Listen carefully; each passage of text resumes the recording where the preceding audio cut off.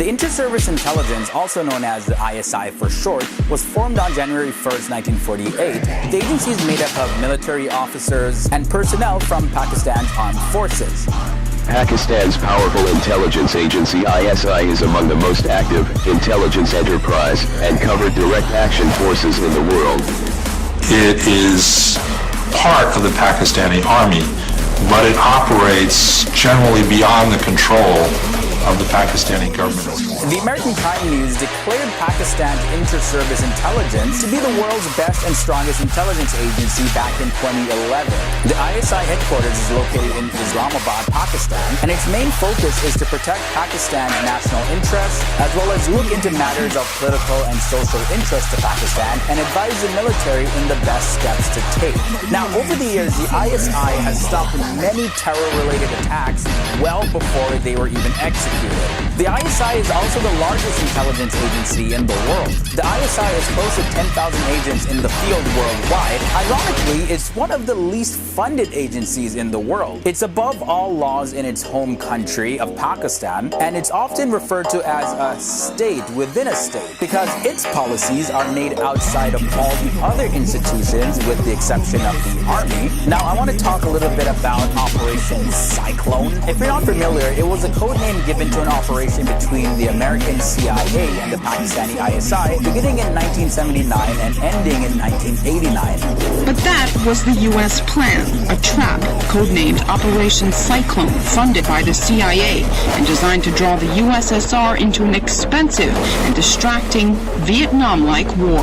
Now, the objective of this mission was to stop the invasion of the USSR forces into Afghanistan by providing support to the Mujahideen fighters in Afghanistan. Now, it was one of the most expensive CIA operations that it has ever undertaken. It cost them roughly $20 to $30 million US every single year, but that was up until 1980. And by the time they reached 1987, it rose to $630 million a year. It's also reported that no ISI agent has ever been caught or turned. Although this has never been verified, the Pakistani government has not yet taken responsibility for any alleged undercover agent that was caught on foreign soil. There are stories of officials like squadron leader Khalid Khwaja that were arrested on Pakistani soil for conspiracy against the state, but it seems like the ISI has been very good at insulating themselves from any direct involvement in any of the covert operations that they have supposedly orchestrated. If this is true, that's very impressive. The ISI have also played very crucial roles in arresting members of Al-Qaeda as well as the Taliban. Even though most Western TV shows and movies show the ISI in some kind of negative light, where they're possibly shown collaborating with terrorists, the ISI actually have worked very close with the CIA in bringing down crucial targets and officials of the Taliban and the Al-Qaeda all across the world. ISI is a very professional organization in my experience over the years. I have a lot of respect for them. And I also think it's only in Western minds, and in especially American minds, that you can expect an intelligence service of a foreign country to do something counter to its own interests, to its country's interests. While there are sources that link ongoing relations between terrorist organizations and the ISI, the Pakistani intelligence service has played a very crucial role in the capture of very prominent agitators like Ramzi Youssef, Abdul Ghani Baradar, Ahmed Omar, Saeed Sheikh, and many more. Pakistani security forces captured one of Osama bin Laden's chief lieutenants, Abu Zubaydah, along with 19 other al-Qaeda operatives in the eastern Pakistani city of Faisalabad.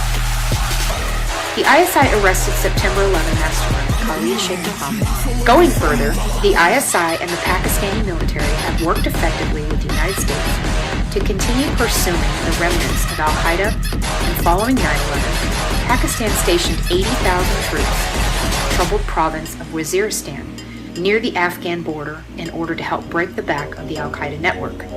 Now, as I mentioned earlier in this episode, that the ISI have close to 10,000 members, and I say that because the official number hasn't been confirmed. But what is known about the ISI is that they do recruit from Pakistan's military, as well as they recruit civilians and put them through a lot of rigorous training. The training seems to be very secretive because there's very little information and details about it. But what we do know is that the agents are trained in covert intelligence gathering and counterintelligence. Again, Again, I mentioned that the headquarters of the ISI is located in Islamabad, Pakistan, and the complex consists of various low-rising buildings separated by lawns and fountains. Declan Walsh, a journalist at The Guardian, he says that the entrance is suitably discreet, no sign, just a plainclothes officer packing a pistol. Walsh also said that the complex resembles a well-funded private university and that the buildings are neatly tended. Moving on now to Operation Tupac. Yeah, you heard that correctly, but it has nothing to do with the American rapper.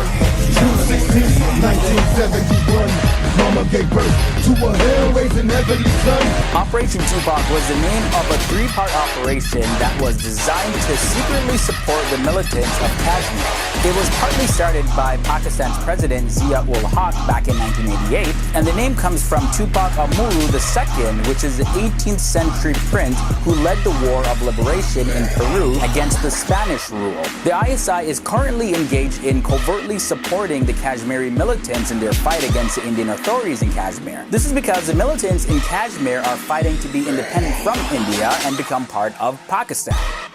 Of course, for Pakistan, the overwhelming obsession is India.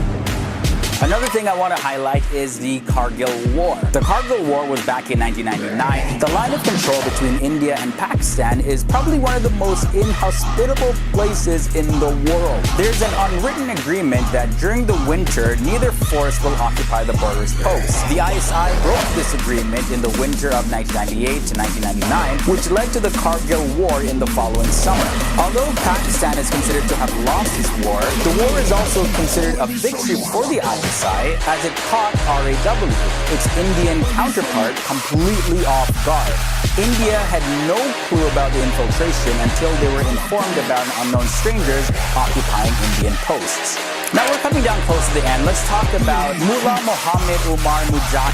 He was a top Taliban leader, and it's an open secret now that he was trained by the ISI. A captured Taliban spokesman by the name of Mohammed Hanif told the Afghan authorities back in January of 2007 that Omar was protected by the ISI in the city of Quetta in Pakistan. By November of 2009, the Washington Times were claiming that Omar had been helped by the ISI and that he was now in Karachi. It was only in January of 2010 that Amir Sultan Tarar, who was a retired official and ISI agent, said that Omar was ready to break with his Al-Qaeda allies and make peace with Afghanistan. And finally, let's talk about nuclear tests. Although it's never been proven for sure, but it's said that the Indian RAW as well as the Israeli Mossad flew over Pakistan's nuclear test facilities in order to gather information, but they were unable to do that because the ISI planned to keep its nuclear facilities secret and even change the location of its test sites